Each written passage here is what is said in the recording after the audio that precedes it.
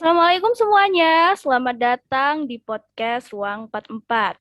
Wah, nggak kerasa ya teman-teman, kita udah di episode ke-10 nih. Di episode kali ini pembahasan kita nggak jauh dari pembahasan sebelumnya, yakni seputar perkuliahan di terapi bicara. Eits, kali ini ada bedanya nih, yaitu kita bakalan ngomongin tentang perkuliahan S2 linier.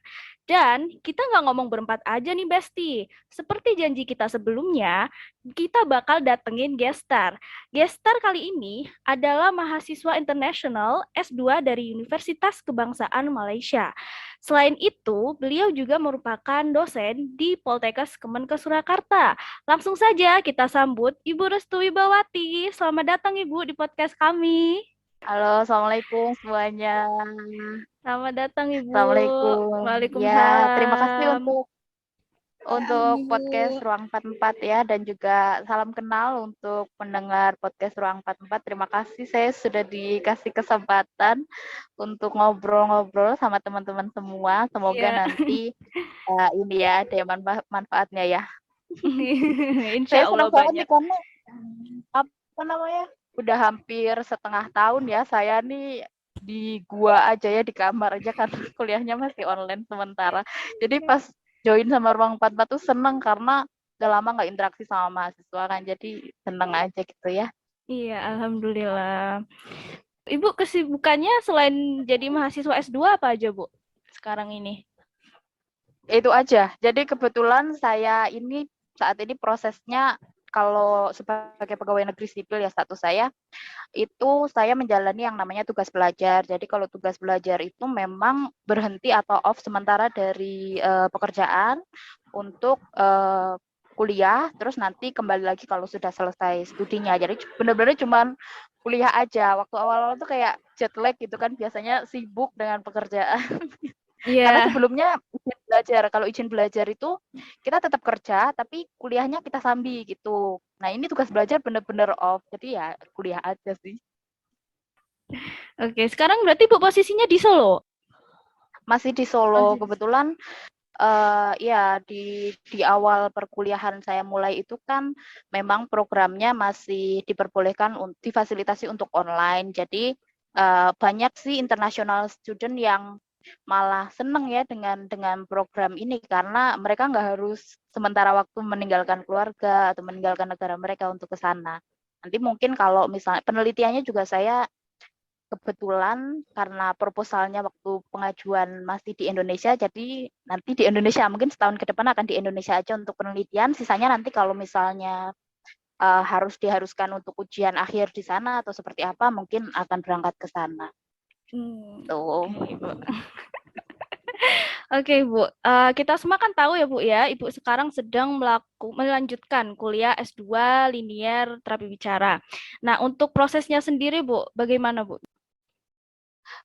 Jadi mungkin kalau teman-teman searching di YouTube atau di Google gitu kan banyak ya kisah-kisah tentang proses mahasiswa itu bisa diterima kuliah di luar negeri. Cuman di kasus saya ini memang agak kasuistik ya karena posisi posisi saya itu sebagai pegawai negeri sipil di mana saya terikat dengan negara ya dengan pekerjaan.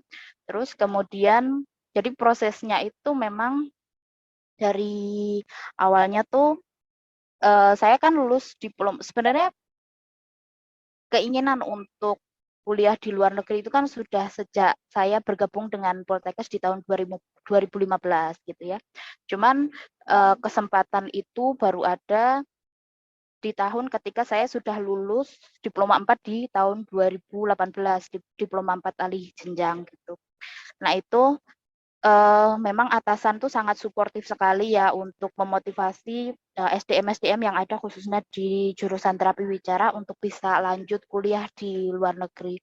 Jadi setelah tahun 2018 itu saya memang memutuskan untuk bisa ambil sertifikat bahasa Inggris ya. Saya spesifikasinya ke IELTS waktu itu karena preferensi saya pengen ke yang deket-deket aja ya karena perempuan juga pertimbangan keluarga dan segala macam itu pengennya ke Australia waktu itu jadi saya basicnya kan ke British ya kalau di Australia itu jadi saya ngambil IELTS tahun 2018 itu preparation. Terus tesnya di tahun 2019 saya dapat sertifikat, lalu saya daftar ke namanya Australian Awards ya, atau beasiswa dari pemerintah Australia lah, seperti itu. Tapi waktu itu nggak lolos ya, nggak lolos karena IELTS-nya ini ya, mepet.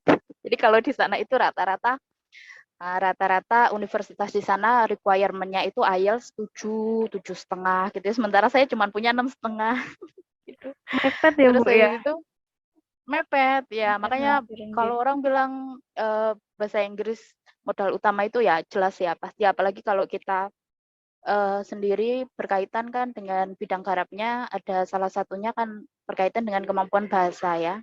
Jadi itu penting banget bahasa Inggris, terutama kalau misalnya mau ngambil coursework, itu penting sekali saat di klinisnya. Nah, setelah di tahun 2019 saya gagal di AAS, namanya Australian Awards Scholarship itu. Terus saya mau daftar LPDP, tapi kayaknya sih kalau nggak salah waktu itu sudah kelewat ya waktunya. Terus sudah hopeless kan ya, nyoba-nyoba terus tapi gagal padahal baru 2 kali.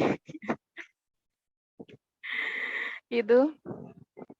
Terus sudahlah, saya pikir stop aja lah dulu usaha-usaha untuk sekolahnya. Saya lihat junior-junior saya yang masuk ke Poltekkes, ke jurusan terapi bicara itu kan banyak yang sudah berproses ke S2 meskipun ya di Indonesia rata-rata kan. Terus ngelihat teman-teman yang seumuran juga waktu itu sudah menikah, terus membina keluarga kecil lah ya, punya anak 1, 2 dan segala macam gitu kan, pasti ada perasaan saya ini udah umur segini, junior saya udah pada kuliah S2, teman-teman saya seumuran udah pada berkeluarga gitu kan, ada insecurity sendiri. Terus akhirnya saya hopeless lah sudah gitu. Nah, memang ada rencana pernikahan di tahun 2020 akhir. Menjelang pernikahan itu saya dapat pesan ya dari atasan. Jadi ada postingan dari, kalau teman-teman tahu Prof. Roga ya, dari UKM ya, Universiti Kebangsaan Malaysia, itu di forward ke saya. Bu, coba daftar ke sini gitu ya. Akhirnya saya apply di tahun 2020 itu. Apply ke UKM dengan scholarship ya dari UKM itu. Terus akhirnya saya apply, tapi pada saat dibalas ternyata tidak diterima juga scholarship-nya. Tapi ketika saya lihat lebih detail ternyata admisinya saya diterima. Jadi pendaftaran ke UNIF-nya saya diterima, cuman scholarship-nya Yang saya tidak beasiswanya lolos itu. gitu. Iya. Betul ya, beasiswanya nggak lolos. Terus akhirnya saya minta penundaan setahun kepada universitas untuk cari sponsor. Dan saya mengajukan ke Poltekkes, jadi studi saya sekarang ini dibiayai oleh BLU Poltekkes. Ya, jadi ya dapat sponsornya dari Poltekkes saya karena dulu memang Pak Direktur itu karena untuk memotivasi ya, untuk SDM-SDM yang di bawahnya, barang siapa yang bisa lolos ke kuliah, daftar kuliah luar negeri di ASEAN sih waktu itu dia bilangnya, nanti kita biayai lah gitu, bisa diupayakan. Nah, saya apply di situ dan alhamdulillah ya sekarang saya jalani dari Poltekkes. Alhamdulillah. Berarti memang waktunya sudah dipaskan gitu ya, Bu Sudah ya? diatur. Iya, sudah diatur. Betul. Oke. Alhamdulillah, dan emang rezeki ibu gitu, jadi nggak bakal kemana-mana karena emang udah rezekinya dari Allah. Jadi Iya. baik nih Bu Restu, tadi kan udah berbincang-bincang tuh tentang ibu mengenai proses masuk kuliah, baik siswanya. Jadi dari saya juga teman-teman pasti juga kan banyak nih yang bertanya-tanya dan penasaran tuh, apa sih motivasi ibu tuh sampai melanjutkan S2 yang linear itu sampai sekarang, yang memotivasi ibu? Oke, kalau motivasi sendiri itu saya karena kalau di kasus saya ya, memang konsekuensi untuk menjadi seorang pengajar ya di perguruan tinggi itu kan memang kualifikasi minimalnya adalah S2 gitu ya. Jadi karena kalau dulu di Poltekkes itu atau di prodi yang masih berkembang, itu SDM-nya kan masih sangat terbatas ya. Jadi untuk nyari dosen dengan kualifikasi S2 basic TW itu kan sangat susah sekali. Jadi memang proses rekrutmennya itu mereka dibalik. Jadi dulu saya berangkat dari diterimanya itu D3 sebagai formasi instruktur atau pengelola laboratorium ya yang mengelola atau menggait mahasiswa untuk praktek di lab gitu ya. Terus kemudian baru ditingkatkan jenjang pendidikannya gitu. Jadi memang karena kebutuhan SDM di jurusan dan juga di profesi itu salah satu yang sampai segitunya banget. Kenapa sih dibela-belain gitu kuliah di sini juga, kalau cuman rumpun kesehatan ya ada yang lain gitu ya sebenarnya, tapi dengan linearitas itu punya nilai yang tinggi ya kalau diakreditasi untuk sebuah prodi seperti itu. Jadi itu satu. Yang kedua memang seneng ya, saya itu seneng belajar meskipun kemampuan segini-segini aja. Jadi saya bukan siswa yang kayak apa ya, pinter atau punya IQ di atas rata-rata tuh enggak. Saya struggle sama dengan teman-teman yang merasa bahwa kayaknya temanku bilangnya mau ujian nggak belajar tahu nilainya tinggi. Nah saya tuh harus yang gitu loh. Kan ada kan teman-teman yang bilangnya Iya itu, ada Bu. aku belum belajar banyak nih semalam gitu, tahu-tahu dia nilainya paling tinggi. Itu kan menyakitkan ya. Gitu. Jadi saya rata-rata aja. Tapi senang belajar, senang baca, senang mendengarkan pengalaman dari orang, senang ya sharing-sharing jenis saya senang gitu. Itu senang belajar. Terus motivasi selanjutnya tuh kayak yang kita tahu kan memang belum ada ya tersedia prodi S2 ya di Indonesia untuk terapi wicara. Jadi saya ngejar linearitasnya itu ke luar negeri. Terus sebagai bentuk ini aja juga ya, bentuk tanggung jawab ya kepada profesi, karena saya merasa sebagai terapis wicara mungkin karena posisi saya, pekerjaan saya ada di background pendidikan, jadi untuk akses pelayanan terhadap masyarakat itu kan tidak bisa terlalu banyak. Bisa sih kayak misalnya ngambil freelance atau ngambil praktek mandiri itu bisa, cuman kan kita, kalau saya menempatkan saya sebagai perempuan gitu ya, ada peran yang harus dibagi, nggak semua tentang pekerjaan gitu. Jadi saya ngambil peran di pendidikan dan juga pengembangan keilmuan itu sih gitu. Menarik ya Bu untuk motivasinya. Mungkin banyak juga nih Bu teman-teman yang kepo gitu Bu, tertarik tentang berkas-berkas yang harus disiapkan di perkuliahan S2 terapi wicara di luar itu banyak atau enggak sih Bu, atau cara Ibu mengumpulkannya, lalu banyak mahasiswa-mahasiswa yang tahu berkasnya banyak banget, akhirnya dia nggak jadi daftar gitu. Kalau boleh tahu nih Bu, apa aja sih sebenarnya berkas yang harus dikumpulkan itu Bu? Ya, jadi sebenarnya setiap universitas itu kan punya persyaratannya masing-masing ya untuk syarat mereka bisa diterima di situ. Cuman secara general atau secara umum ya, kalau saya kategorikan itu ada tiga kelompok dokumen ya. Yang pertama dokumen kependudukan seperti KTP ya, terus kemudian KK, terus akte lahir, dan juga yang paling penting adalah paspor, yaitu dokumen kependudukan. Terus kemudian ada juga dokumen pendidikan ya, tentang background pendidikan kita seperti ijazah ya, standar lah ya, transkrip. Terus kemudian sertifikat bahasa Inggris yang masih berlaku, dan juga proposal research. Nah, ini penting proposal research ini, karena sistemnya kalau di luar itu proposal research itu untuk menentukan background supervisor yang akan menggait kita pada saat melakukan penelitian di S2. Kalau di luar negeri itu misalnya kamu ngambil, saya ngambil proposal tentang fonologi gitu misalnya.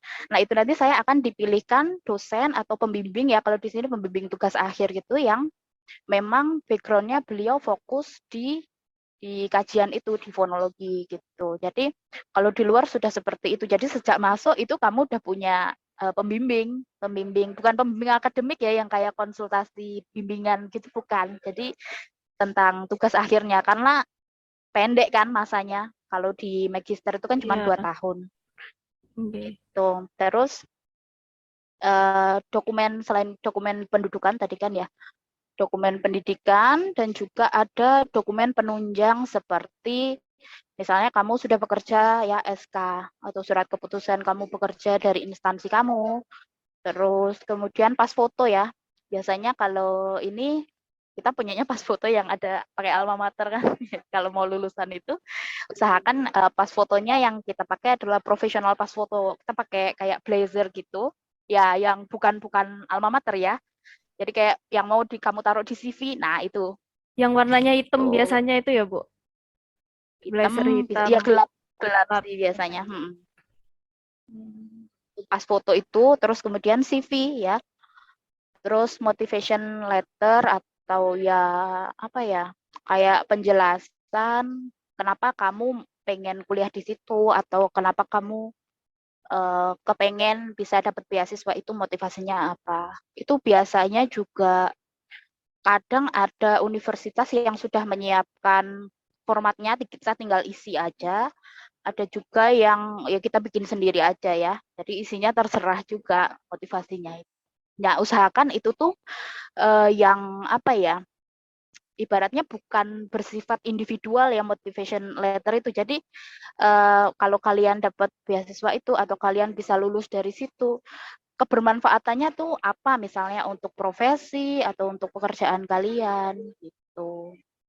Jadi kalau individualistik kan terkesannya egois gitu ya untuk pengembangan diri pribadi aja Iya. gitu.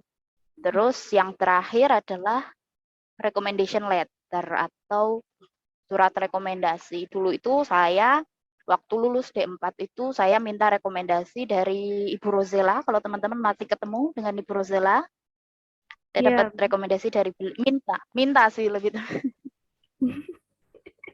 minta, dan juga dari atasan biasanya 2 yang diminta recommendation letter itu, tapi ya kembali lagi sih tergantung dari universitasnya. Nah itu kalau sudah ada semua, memang prosesnya lama ya karena banyak yang harus dikumpulkan.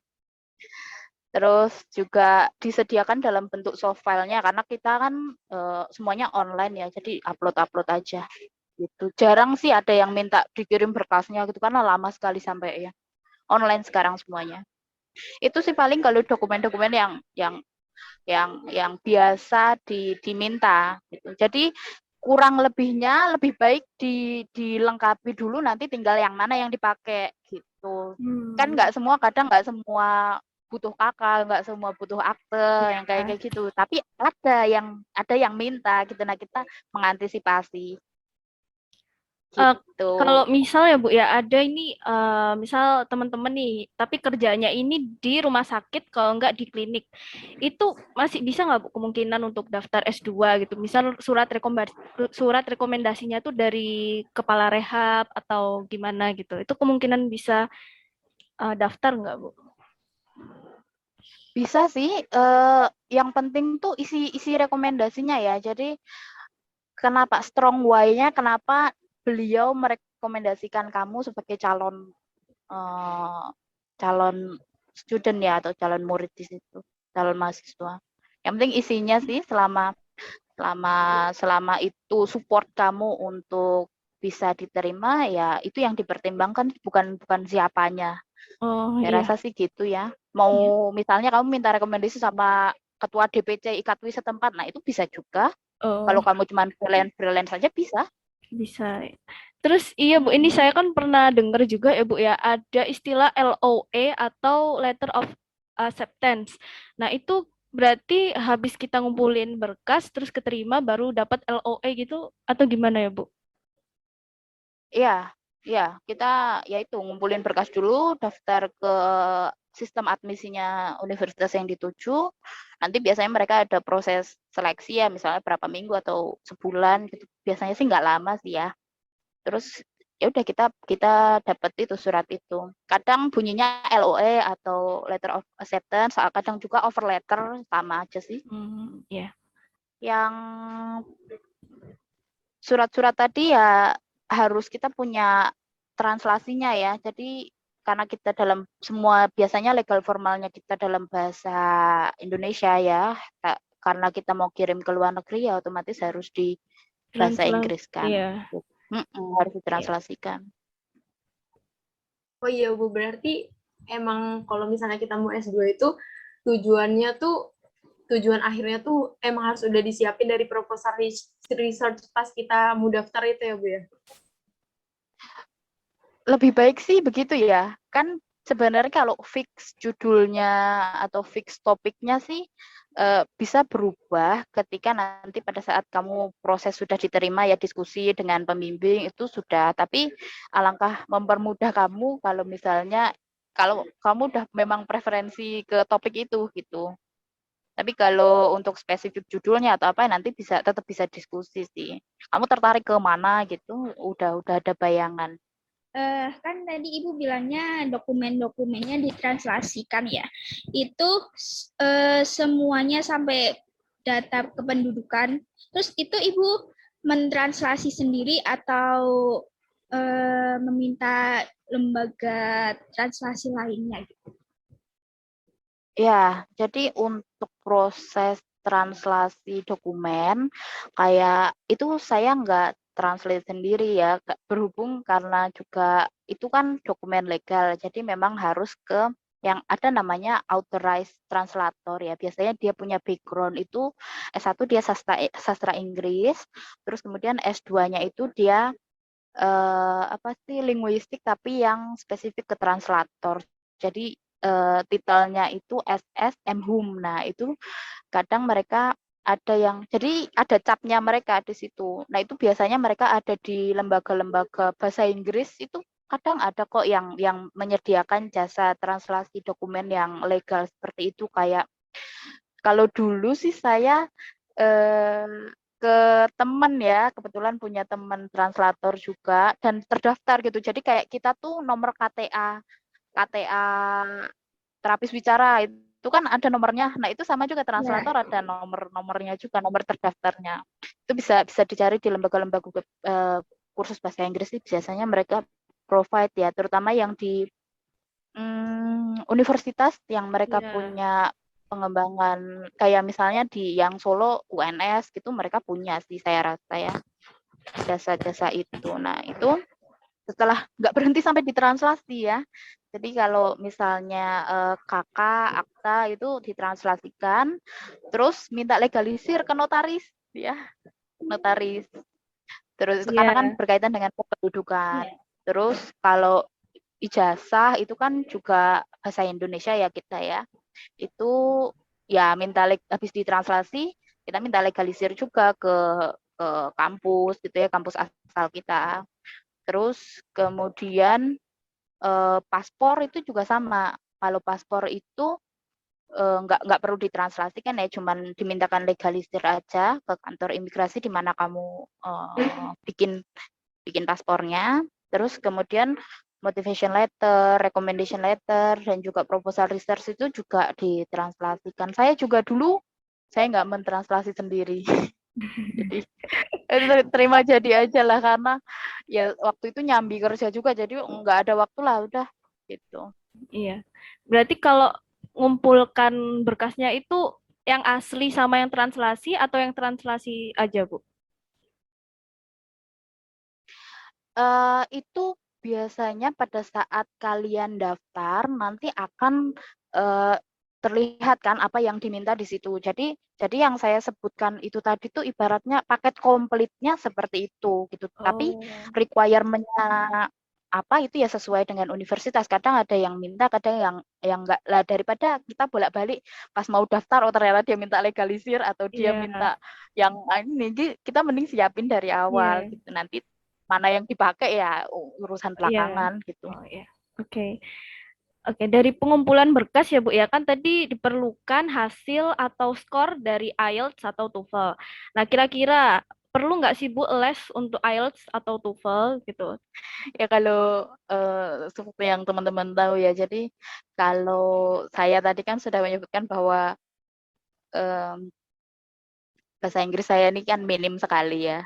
Ya bisa-bisaan gitu loh, nggak selancar Frisky. Yang bisa speakingnya bagus ya. Masih belajar juga ini Bu. Jadi kalau memang ada niat gitu ya untuk mau lanjut kuliah, untuk saya seperti saya yang sadar diri gitu ya, punya kemampuan yang minim gitu ya, saya rasa butuh ya. Tapi kalau misalnya memang sudah di tahap yang mahir gitu mungkin bisa belajar otodidak. Cuman kadang kalau kita les itu kan kadang suka dikasih tips atau trik gitu ya. Gimana caranya ya kan tricky ya kalau untuk tes-tes itu nggak hanya modal kita background kemampuan bahasa Inggris secara material aja, tapi kadang ada trik-triknya. Kalau misalnya Iya, speaking, dia tanya gini, harusnya nanti kamu jawab gini aja, kan ada iya. trik-triknya itu mungkin sangat sangat membantu ya. Tapi kalau dulu saya itu les itu karena memang sudah punya niatan ya sejak dulu masuk Poltekkes. Saya itu awal-awal tuh basic sekali les dari tahun 2016 sampai 2018 tuh speaking aja. Ya, jadi buat improve buat bahasa Inggrisnya. Terus 2018 saya ngambil preparation tapi informal ya. Karena kalau formal ke lembaga bahasa Inggris itu mahal sekali dan pada waktu itu memang budgetnya over budget lah ya, tidak di cover sama Poltekkes gitu. Sebenarnya kalau kalau range masih di budget yang cover oleh Poltekkes itu sebenarnya mereka sangat support gitu. Jadi memang kita difasilitasi, bahkan dulu sempat dosen-dosen di terapi wicara itu kita kursus bareng-bareng. Jadi lembaganya yang datang. Iya. Lembaganya yang datang ya sama kalau kalau kalian dulu ya matrikulasi itu lembaganya yang datang ke Oh, iya. Poltekkes untuk ngajar kita. Tapi waktu itu saya ngambil informal. Terus kalau untuk tesnya saya kurang tahu ya kalau TOEFL itu. Tapi kalau IELTS yang saya jalani itu dulu prosesnya setelah preparation, terus saya lihat di websitenya ada namanya ini kalau IELTS ya. Iya. Kalau TOEFL itu setahu saya juga tidak semua lembaga bahasa Inggris itu menyediakan sertifikat yang bisa diterima untuk kuliah di luar negeri ya. Jadi hanya tertentu aja yang bisa menerbitkan sertifikat itu. Semuanya bisa nerbitin sertifikat, tapi hanya ada beberapa yang bisa diterima gitu. Yang bisa Gitu, digunakan yang untuk daftar gitu tersertifikasi ya, lah. Bu ya. Betul. Nah, kalau IELTS itu sendiri memang mandiri ya, saya daftarnya waktu itu, saya lihat ada penyelenggaranya itu namanya IDP Education. Jadi nanti Google aja IDP di situ ya. Namanya Individual Development Plan atau apa ya, saya lupa. Itu biasanya di situ tersedia schedule kapan akan dilaksanakan tes IELTS itu, karena tes itu IDP itu lembaganya itu hanya ada beberapa di kota besar di Indonesia ya, jadi nggak semua kota ada. Saya aja dulu karena di Solo nggak ada, jadi saya waktu itu lari ke Jogja, IDP Jogja. Surabaya ada, Jakarta ada, Bandung ada, Medan, Kalimantan saya kurang tahu ya. Kalau Sulawesi, Makassar saya rasa. Jadi cuman 6 atau 8 kota besar aja gitu di Indonesia. Nah, itu ya daftar aja di situ untuk tes IELTS. Nah, itu pembayarannya pakai kartu kredit. Nah, itu nggak usah bingung juga, nyari aja temanmu atau siapa teman ayahmu, teman ibumu yang punya kartu kredit, Iya. ntar kita ganti uangnya Iya. gitu. Ya semua bisa ada jalannya gitu kalau Iya. kita mau usaha. Ya, jadi dulu saya tes di Jogja, IDP Jogja. Itu sertifikatnya bertahan selama 2 tahun. 2 2 tahun. tahun aja. Bayarnya pakai dolar. Ya kalau Oh. IELTS itu. Yang ngetes speaking IELTS itu asli orang Indonesia atau native speaker bule-bule gitu, Bu? Bule, native Bule. bule. Oh. Saya juga doang waktu itu speakingnya beneran deh. Itu malu kalau ngomongin bahasa Inggris tuh. Saya itu sampai dibeginikan sama supervisor saya, Restu. Saya tuh tahu kemampuan kamu, pemahaman kamu tuh bagus. Tapi orang tuh nggak tahu kamu tuh ngomong apa. Saking bobroknya bahasa Inggris saya beneran. Jadi kalau orang mengglorifikasi, wah Burus tuh keren dia bisa kuliah ke luar negeri, no, sama sekali enggak. Banyak keberuntungan dan pertolongan aja ya itu. Iya, tapi luar biasa ya Bu ya Tapi perjuangannya gitu dari awal. ya, Iya. ya tergantung kitanya juga harus bisa orang mungkin mandangnya keren dan segala macam. Cuman kan mereka nggak tahu apa yang kita sudah lakukan sampai sejauh ini. Terus Iya. kemudian ya banyak hal ya yang dikorbankan kayak saya misalnya les itu di jam kantor gitu ya. Teman-teman pulang jam 4, saya mandi di kantor, terus habis maghrib les itu kan ya yang Iya. nggak banyak orang tahu. Iya. Meskipun kayak kita merasa kemampuannya biasa aja, tapi kita punya komitmen yang bagus Iya. ya ada aja pertolongannya gitu. Iya. Selama berusaha dan bekerja keras gitu ya Bu ya. Iya, Iya. betul. Hai teman-teman, nantikan kelanjutan dari episode ke-10 karena akan ada lebih banyak pembahasan yang menarik di part kedua. Stay tune! Saya ngambil waktu itu pengen ke Australia. Itu kan deket kan ya. D4 kita sendiri itu apa bisa langsung masuk ke S2 linear luar negeri itu atau harus ada penyetaraan terlebih dahulu, Bu? Ilmu terapi wicara di D4 di Indonesia itu kepakai nggak Bu untuk S2 di luar negeri? Daftar ke UNIF yang mereka provide coursework mode untuk mode belajarnya, nanti bisa diproses ke itu sertifikasi SLP-nya gitu.